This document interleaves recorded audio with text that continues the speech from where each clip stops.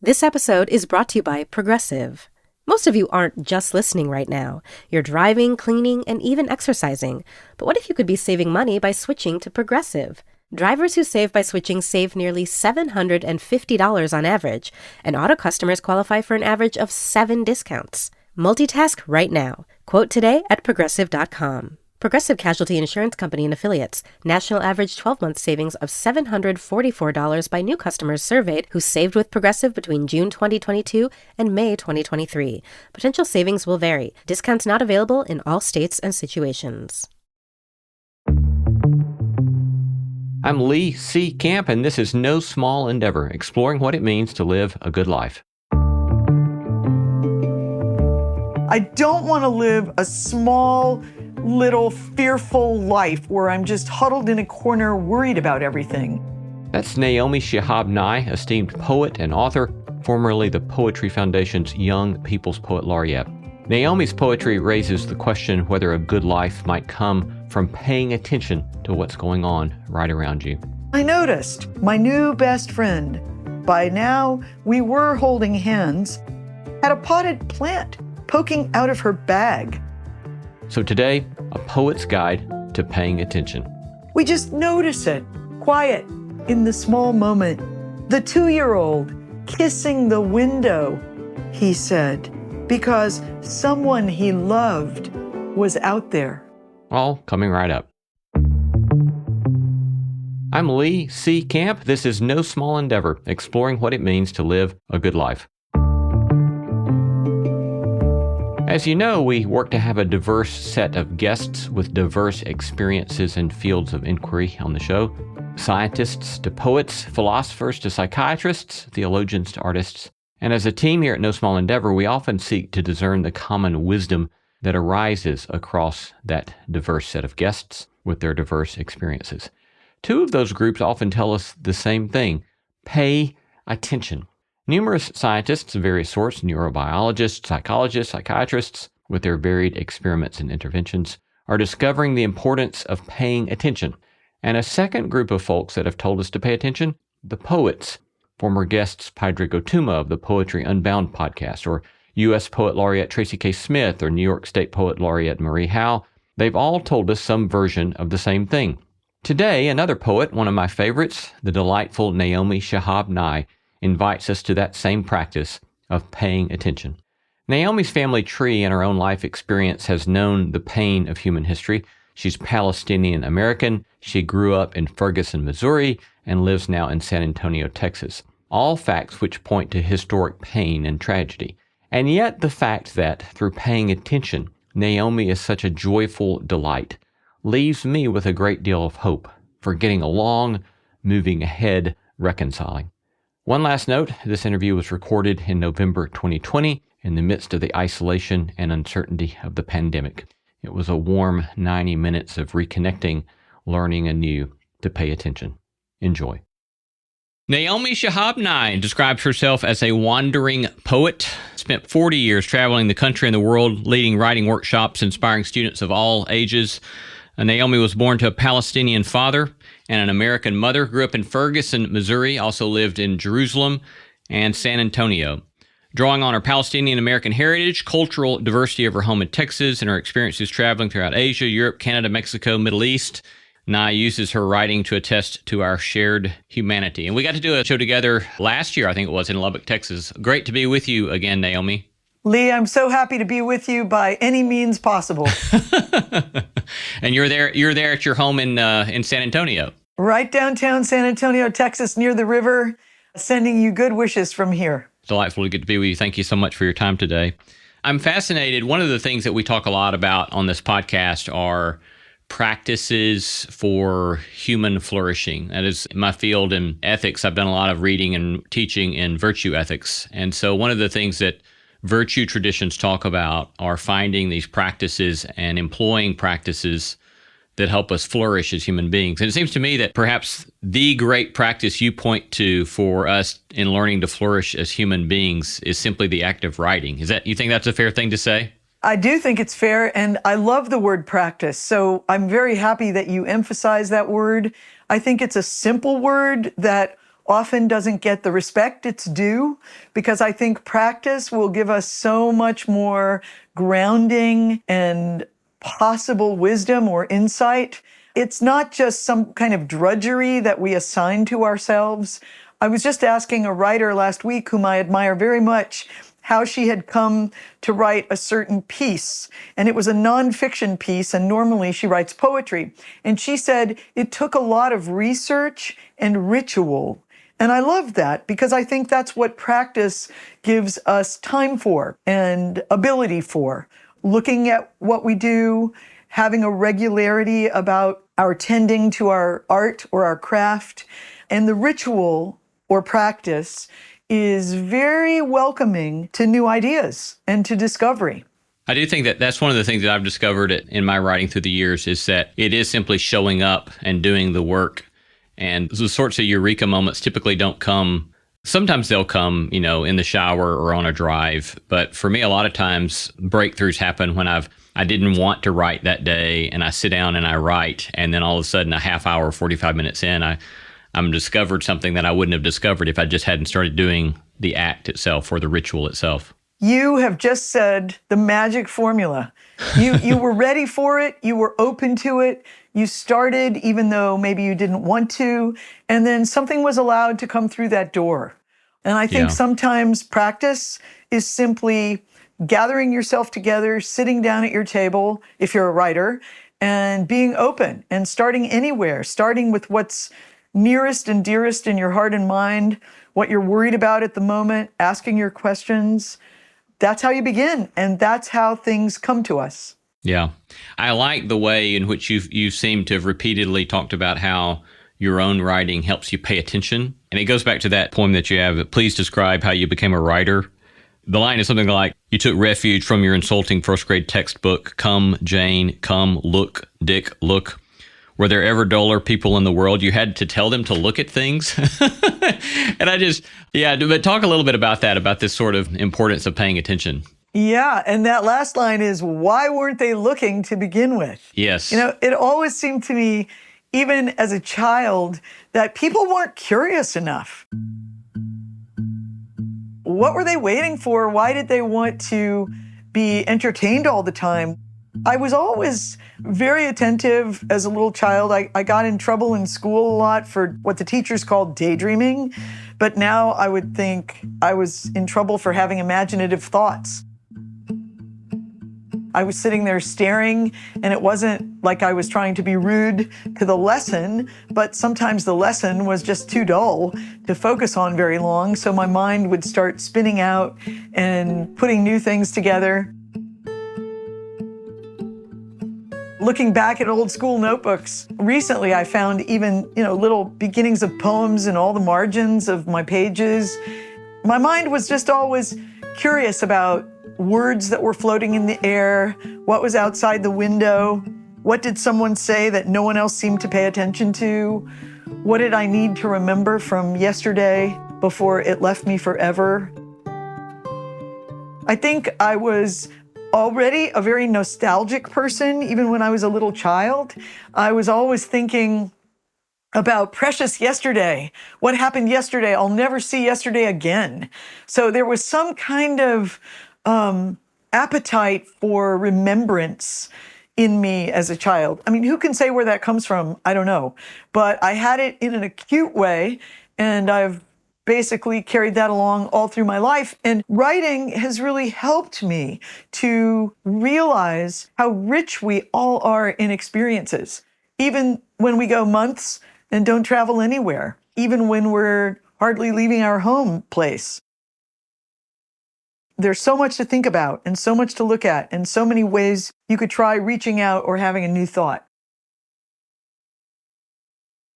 That relates to a line which I think you pick up from another poet, but I found in my notes from when I was with you in Lubbock. You quoted this line that said, "To me, poetry is someone standing up, so to speak, and saying with as little concealment as possible what it is for him or her to be on earth at this moment."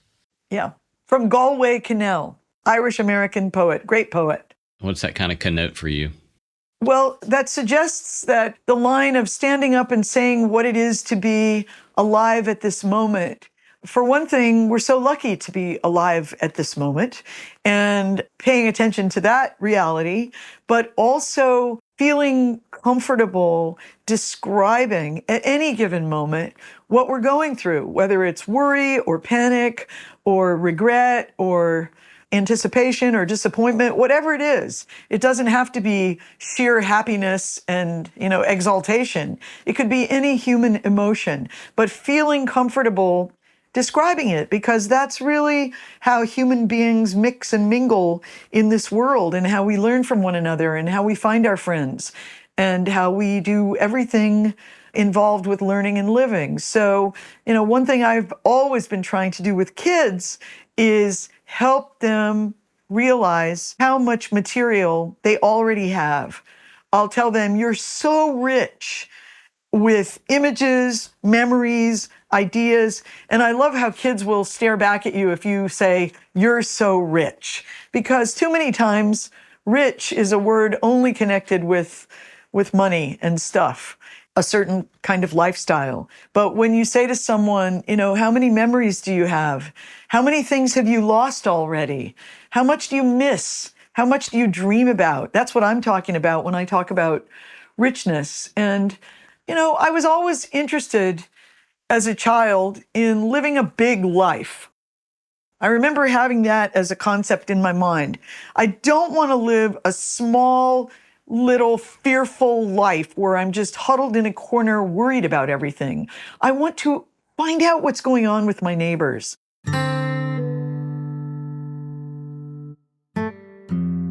I want to meet those people down the block who just moved here from Canada or Italy. I want to go take a job on the farm so I can get to have young Black boys as my friends. And remember, I grew up in Ferguson, and it was a segregated community at that time. So that's where we met, at the farm. We all worked there together. I was always thinking in those terms. How do I make my life bigger?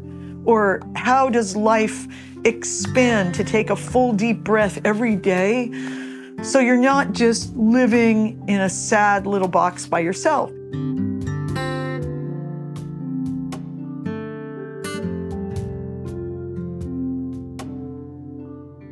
Now, maybe it helped that I had an immigrant father who was always talking about a beloved place I had never seen yet. I wouldn't see Palestine till I was 14 years old, when we moved and lived there for a year. I wouldn't meet my Palestinian grandmother till I was a teenager. And so when you're hearing all through your childhood of this deep, precious world that belongs to your very, very beloved parent, that changes you. And also, I think I was very lucky that my mother was an artist. She really felt that art had saved her own life.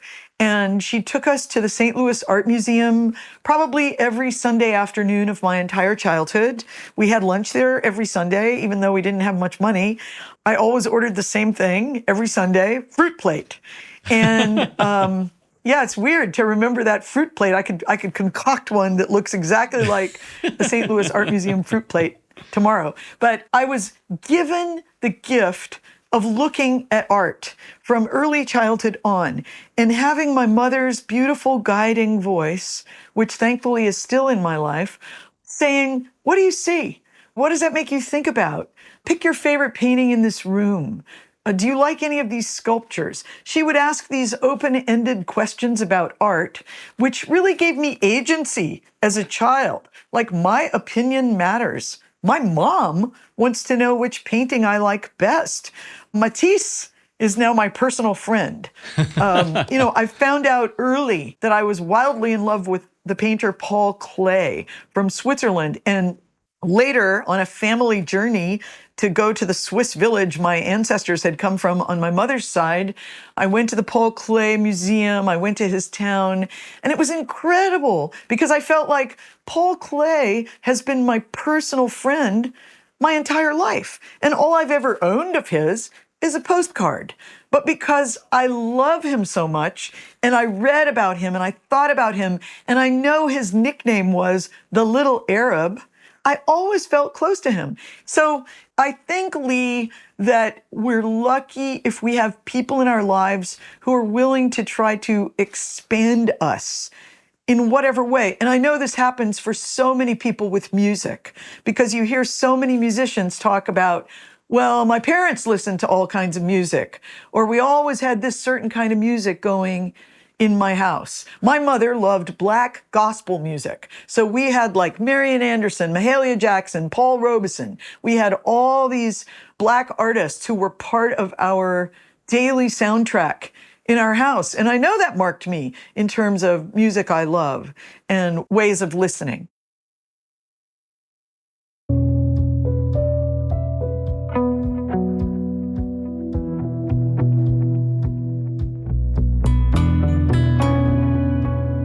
You're listening to No Small Endeavor and our episode with Naomi Shihab Nye, originally released in November of 2020.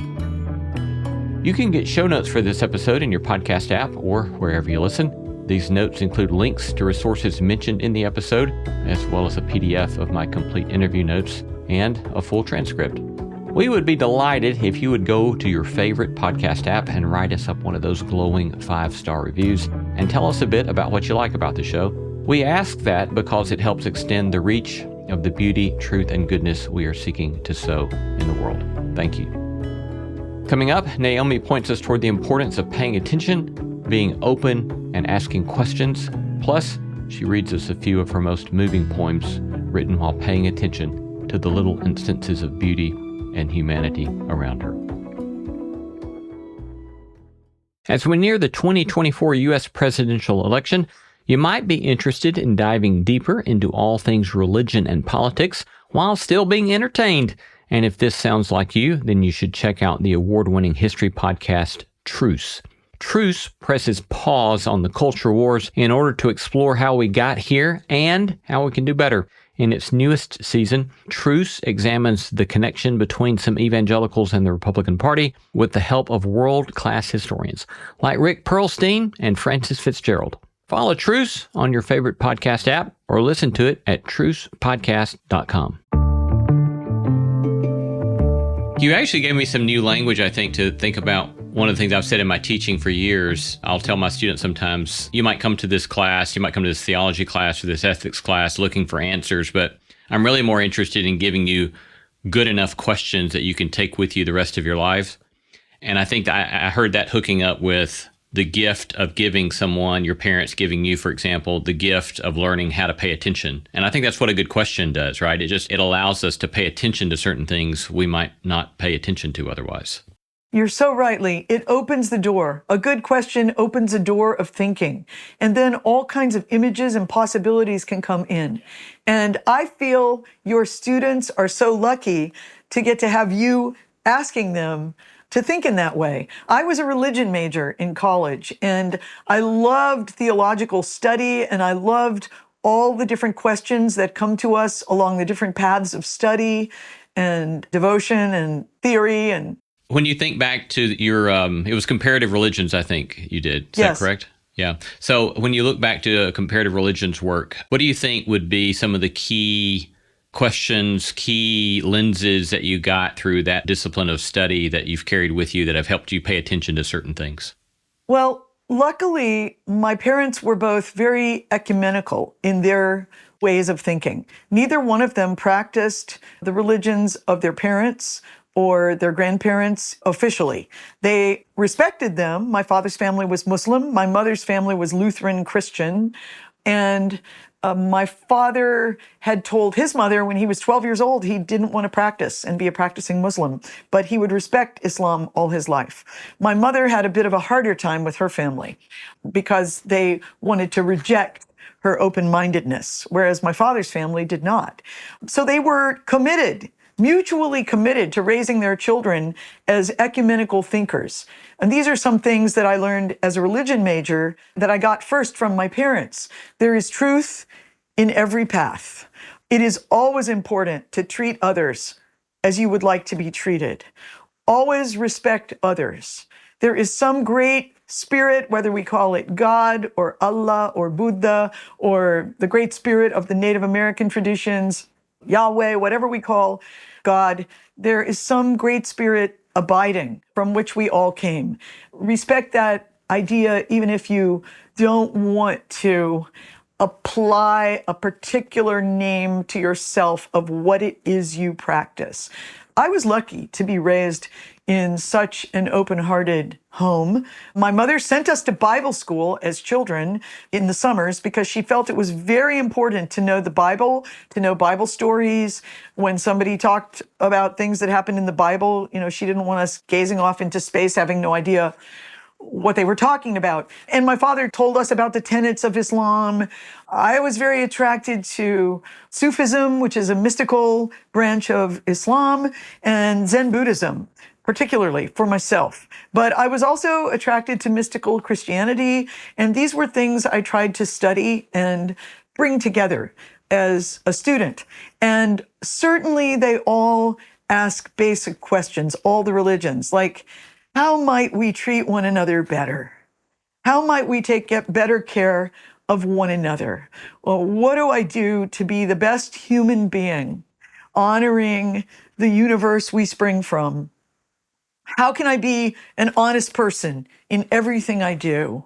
How do I learn how to respect people who aren't just like me?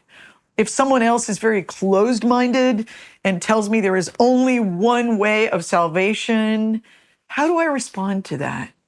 How can I embrace their passion and their belief without feeling insulted by it or telling them they're ridiculous? There's always more to learn. I'm still working with these things. And I think many of the questions that I asked as a student of comparative religions are some of the same questions I ask these days regarding politics, society, community. How do we become better global citizens? How do we care about everybody in our city? How do we reach out beyond our little group of friends and neighbors we feel comfortable with? Poetry helps us ask those questions too. Hearing you describe those particular themes that come from a variety of traditions, and then also hearing you describe the way you wrote your poem, Kindness. Will you tell us a little bit about the background story of that particular poem and kind of what your experience was of receiving it, and then maybe share that with us? Yes, thank you, Lee. Kindness has been the poem of mine which people ask for the most, which touches me very much because I really do not feel like the author of this poem. I feel that I was a scribe and I wrote the words down as I heard them. I heard them spoken by a woman's voice across a public plaza in the colonial town of Popayan, Colombia. My husband and I, we were on our honeymoon. We had barely been married a week yet. We had just suffered the most traumatic experience of both of our lives till that time. We were robbed of everything we had on a bus. And also we had witnessed a murder of someone else, an Indian man on the bus who didn't have anything for the robbers to steal. And so out of retaliation, they just killed him. And it was terrifying. We didn't know what to do next. I was sitting quite traumatized back in the town we had come from. And a man had addressed us in a kind voice in Spanish, asking us what happened to us. He could tell we were disheveled and strangers to the town. And we had tried in our pitiful Spanish to explain it to him. And he nodded sadly and said he was sorry, went on his way. And the word kindness came into my mind. That man was kind. He was sorry for us. And then the poem was spoken to me. And because I still had a little tablet in my pocket and a pencil, I scribbled it down, trying to keep up with the voice I was hearing. And the voice really felt as if it was floating in the trees across the plaza. And the poem would change very little. Only a couple of words would change. But I copied it down just as I heard it. Kindness. Before you know what kindness really is, you must lose things, feel the future dissolve in a moment, like salt in a weakened broth.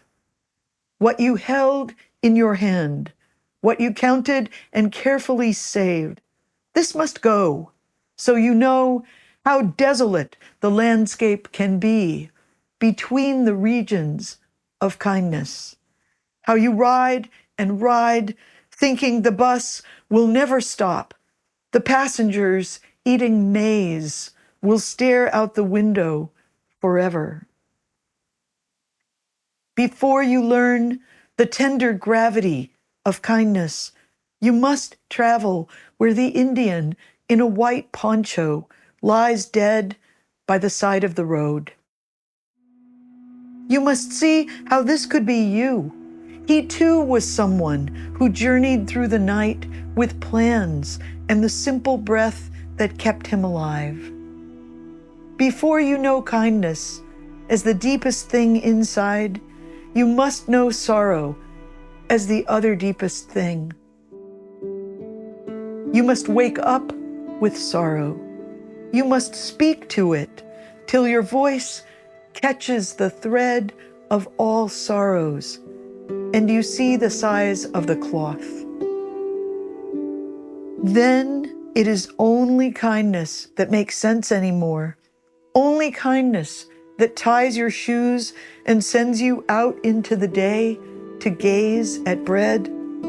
Only kindness that raises its head from the crowd of the world to say, "It is I you have been looking for," and then goes with you everywhere, like a shadow or a friend.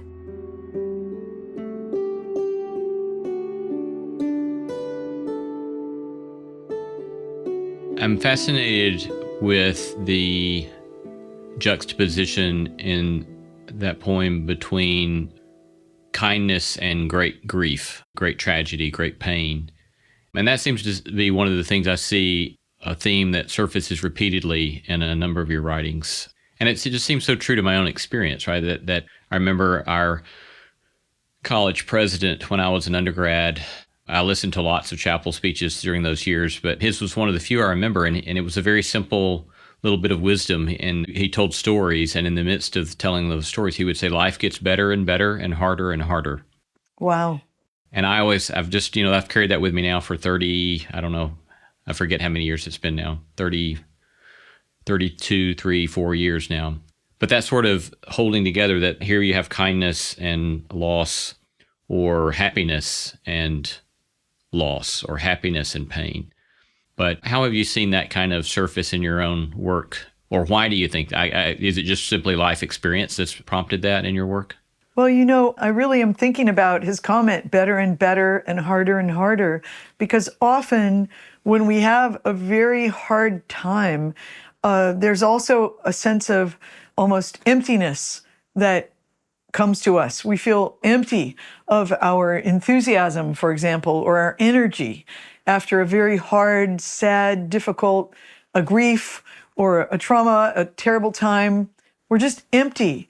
And sometimes being that empty vessel is necessary so that we could have some new refreshment, some new insight, some new understanding about the world be given to us.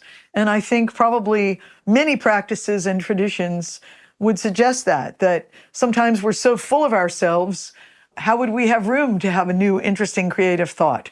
But if we're empty of ourselves and all our previous convictions, and if we're in a very hard time, then often something will be given if we're open to it.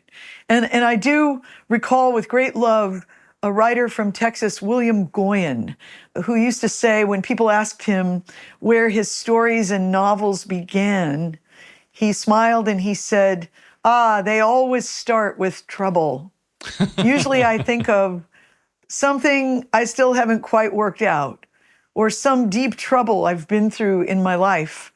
And that's where the story begins, because I'm still trying to work on that thing. I'm still trying to understand something about it. And, he said, if it's a story of happiness and you feel fine, perfection, the story might not be as interesting. But when there's trouble, or emptiness, then something may come. Yeah, that reminds me of, I'd written a few lines from your Different Ways to Pray. The shepherds raised their arms, hear us, we have pain on earth, we have so much pain, there's no place to store it. And then a number near the end, at night the men ate heartily flat bread and white cheese and were happy in spite of the pain because there was also happiness. This is a sweet juxtaposition. And I think in your paying attention in that way and helping others people pay attention to that possibility, it actually engenders the possibility of happiness in the midst of pain in beautiful ways, I think. I'm very grateful to you for picking out those lines because I really love those lines. And in some ways, for me, I love the lines because they remind me of Palestinian people or, say, Mexican-American people. I live near the Mexican border here in San Antonio. And you're very conscious of, like, collective groups of people who suffer a lot during certain periods of history. And I've always felt as if Palestinians were somehow the funniest people on earth, the most comedic. They have a fantastic, sharp, witty sense of humor. And also all my beloved Mexican-American neighbors in San Antonio, I feel that they have such access to beautiful humor on a daily basis, even though we're all aware of this trauma of the border that we dislike tremendously that's going on so near us. So because Palestinian people have suffered a lot, because Latinx people have suffered so much, there's a sense of proximity to affection for life or enjoying the flatbread and the white cheese. Because look, we better, because what else do we have? We're right here. We have to be present in our bodies. Things are tough, but we're also going to treasure our lives. And if we could only realize that about others always, how would the world be different?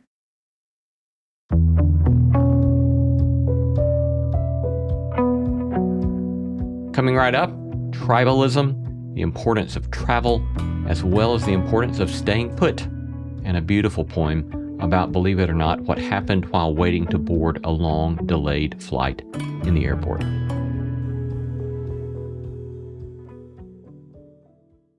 Hey there! Did you know that we have a newsletter? Just imagine if you could have one of your favorite ethics professors send you a list of things to reflect on, think about, practical actions with which to experiment, all on your way to sorting through what it might mean to live a good life. Well, that is the NSE Notebook. I riff on themes and topics related to the show and our guests. Sign up for my NSC Notebook today at nosmallendeavor.com/newsletter. Your own experience, the diversity of your cultural experiences, going back to your parents' sharply different religious and cultural traditions, as a consequence of that, you getting to live in such different places and travel to such different places. We talked to us a little bit out of that about learning to appreciate cultural diversity and how you might see that as a particularly important human practice for being kind.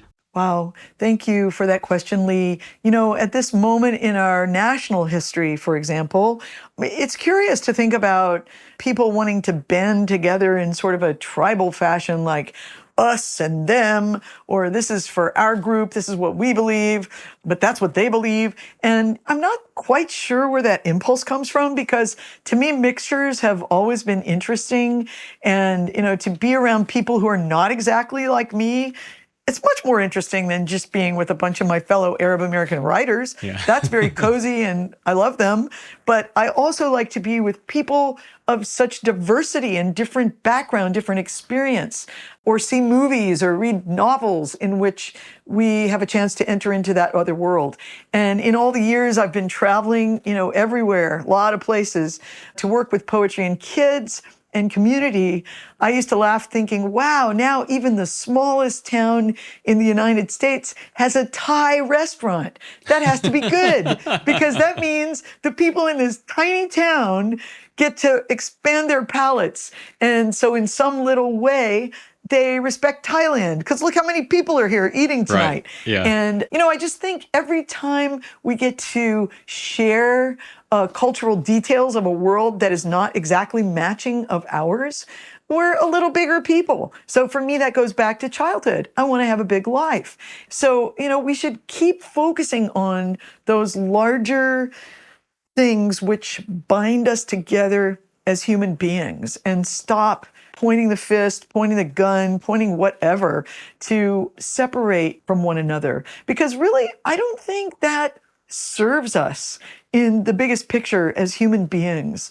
And I think it's kind of embarrassing. It's embarrassing for towns and for states if they start trying to develop a persona like we're different from you crossing the border to your state. As a Texan, and I do identify with Texas a lot since I've lived here the longest, although I wasn't born here and didn't grow up here, I feel like I've had to defend Texas a lot in other American states because people say mean things about Texas. I guarantee they don't say as mean things about Tennessee as they do about Texas. But this is a state. But they do Alabama, which is my home. They do my home about state. Alabama, maybe so. My favorite project in architecture is Rural Studio. That comes out of Alabama. I'll stand up for that everywhere. Yeah. But we have to witness one another as human beings, and all the little labels that get applied to us, urban, rural, north, south, all this stuff, whatever our ethnic background is, whatever our job is, ultimately that's not the most important thing. St. Augustine had some line where he said something like, "The world is a book, and those who do not travel read only one page."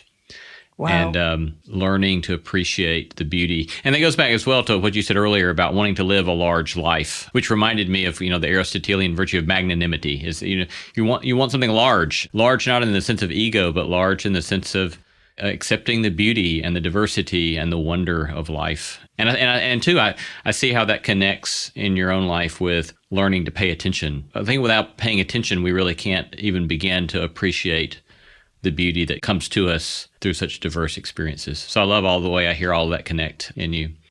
I just love everything you've just said. And that magnanimous spirit also has to be, we have to do a selfie picture. We have to apply it to our own lives. We have to be magnanimous to our own experience.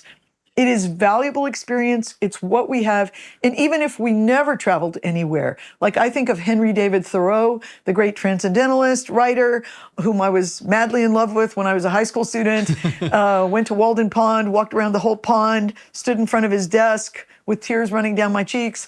I think of Thoreau, who used to have a lot of suspicion about travel. And he said, we need to enter into our own backyards. We need to enter into the forest that's closest to our house and really get to know it. And he felt, even at his time of life, like back in the 1860s, that people were not paying close enough attention, and this is incredible to think about now, to what was right next to them, to the plants, to the animals, to the light. And he used to say, go outside your door and bend down in the grass and look at every little thing. And so I think that's another kind of generosity we have to give ourselves, reminding ourselves you can dig in the dirt right where you are and find more to think about than what you've thought about till now.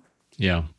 I love that as well. I think one of the things I've loved about the place I live here in Nashville is sitting on my front porch. I've seen, and spending hours on my front porch reading or meditating or being still or writing. I've seen all sorts of amazing things sitting on that front porch, from foxes to coyotes to deer. And I'm in the middle of Nashville, or to parents with children walking and talking and teaching, or sitting in my study here. There's an old flowering shrub that sits right outside the window that's behind my desk. And I wish you could see right now the multiplicity of bumblebees, just while we've been talking, the hummingbird that's come up, that I see at least once a day that comes to visit.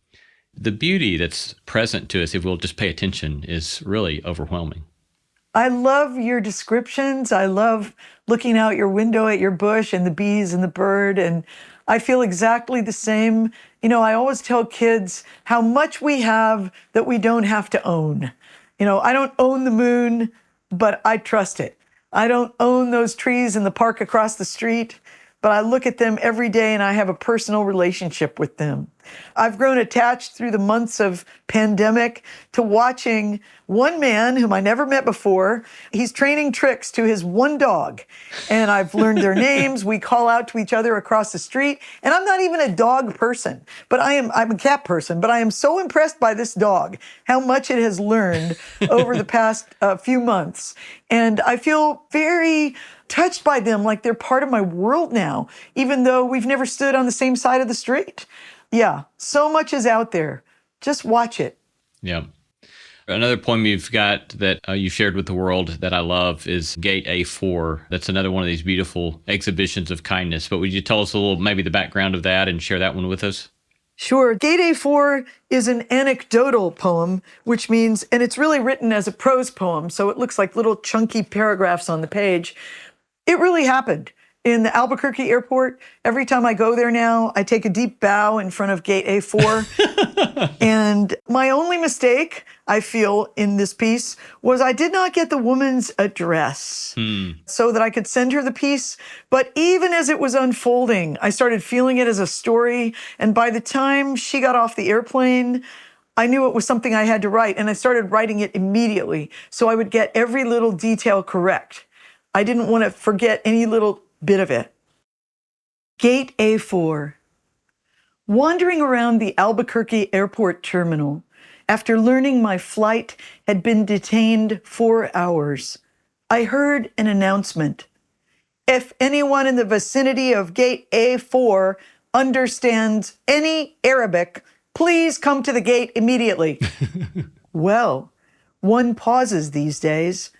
Gate A4 was my own gate. I went there. An older woman in full traditional Palestinian embroidered dress, just like my grandma wore, was crumpled to the floor, wailing. Help, said the flight agent. Talk to her. What is her problem? We told her the flight was going to be late, and she did this. I stooped to put my arm around the woman and spoke haltingly. Shu dawa, shu biddak habibti. Stand this way, min fadlik, shubitzawi. The minute she heard any words she knew, however poorly used, she stopped crying. She thought the flight had been canceled entirely. She needed to be in El Paso for major medical treatment the next day. I said, "You're fine. You'll get there. Who's picking you up? Let's call him." We called her son. I spoke with him in English, saying I would stay with his mother till we got on the plane. She talked to him. Then we called her other sons, just for fun. Then we called my dad, and he and she spoke for a while in Arabic and found out, of course, they had 10 shared friends. Then I thought, just for the heck of it, why not call some Palestinian poets I know and let them chat with her? This all took up 2 hours. She was laughing a lot by then, telling about her life, patting my knee, answering questions. She had pulled a sack of homemade mamul cookies, little powdered sugar crumbly mounds stuffed with dates and nuts, from her bag, and was offering them to all the women at the gate. To my amazement, not a single woman declined one. It was like a sacrament. The traveler from Argentina, the mom from California, the lovely woman from Laredo. We were all covered with the same powdered sugar and smiling. There is no better cookie. And then the airline broke out free apple juice from huge coolers, and 2 little girls from our flight ran around serving it, and they were covered with powdered sugar too. And I noticed my new best friend, by now we were holding hands, had a potted plant poking out of her bag, some medicinal thing with green furry leaves. Such an old country traveling tradition. Always carry a plant. Always stay rooted to somewhere. And I looked around that gate of late and weary ones and thought, this is the world I want to live in, the shared world. Not a single person in that gate, once the crying of confusion stopped, seemed apprehensive about any other person. They took the cookies. I wanted to hug all those other women too. This can still happen anywhere. Not everything is lost. As I was listening to that, I could not help but be reminded of the fact that it was the Hebrew prophets, later Isaiah, for example, Isaiah 65, who describes new heavens and new earth, and he does it in poetry. I think you give us a glimpse of, as you say there, the world in which you want to live, which is, of course, the one possible way to think about the meaning of hope. And the theological meaning of hope is to anticipate a world that we want to live in. So thank you. That's so beautiful. You indicated you had one or two other poems you might want to share about kindness. So I thought I would read two very, very incidental poems. You know, life is full of lots of tiny moments. And those are the moments that I think sometimes we just want to pay greater attention to. So the first one has a quote from our grandson in it. He was 2 when he said this, but right now he's 4. And I could be a full-time poet just writing about him and things he says, because he speaks poetry every other minute. So this is a very short poem, and it was written spontaneously in a poetry project for someone called Window. Hope makes itself every day, springs up from the tiniest places. No one gives it to us. We just notice it, quiet in the small moment. The 2-year-old kissing the window, he said, because someone he loved was out there. How lovely.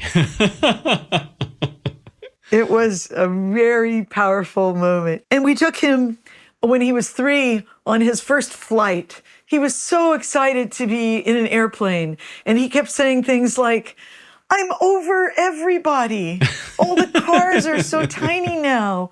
Look at the little tiny houses. And, you know, all the thoughts that you forget about when you fly frequently. But we took him to the beach in Miami, and there was so much exhilaration for him in those beautiful waves at sunset.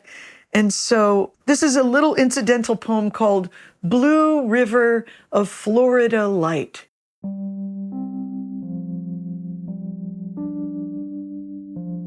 Blue River of Florida light, to fall into a day, wide horizon, every day of a life. Nothing stops moving or changing, ever. Sea swallows all our mutterings. Who did you hope to meet? What were you looking for? Some dreams had tight hems, but not here. You couldn't tell which way the laughter was blowing.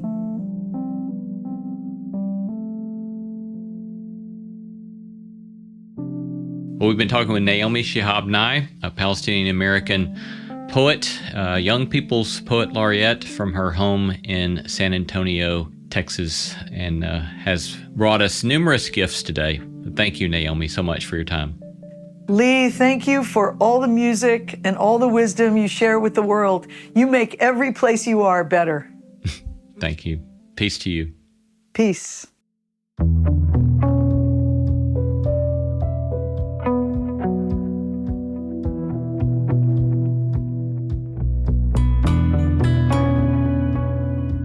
You've been listening to No Small Endeavor and our interview with Naomi Shihab Nye, esteemed poet, author, and teacher, originally released in November of 2020. We try to apply the lessons learned on this show to ourselves, and recently my executive producer Jacob Lewis and I did that regarding a recent interview with Kristen Neff about practicing self-compassion. If you're interested in hearing about our experiment in writing ourselves a compassionate letter every day, as if from a caring imaginary friend, well, you can hear that on NSE+.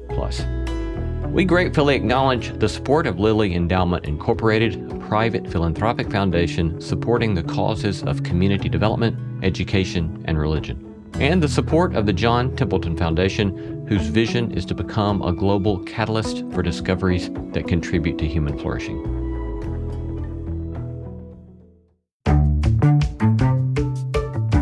Our thanks to all the stellar team that makes this show possible: Christy Bragg, Jacob Lewis, Sophie Byard, Tom Anderson, Kate Hayes, Mary Evelyn Brown, Carriet Harmon, Jason Sheasley, Ellis Osborne, and Tim Lauer. Thanks for listening, and let's keep exploring what it means to live a good life together. No Small Endeavor is a production of PRX, Tokens Media LLC, and Great Feeling Studios.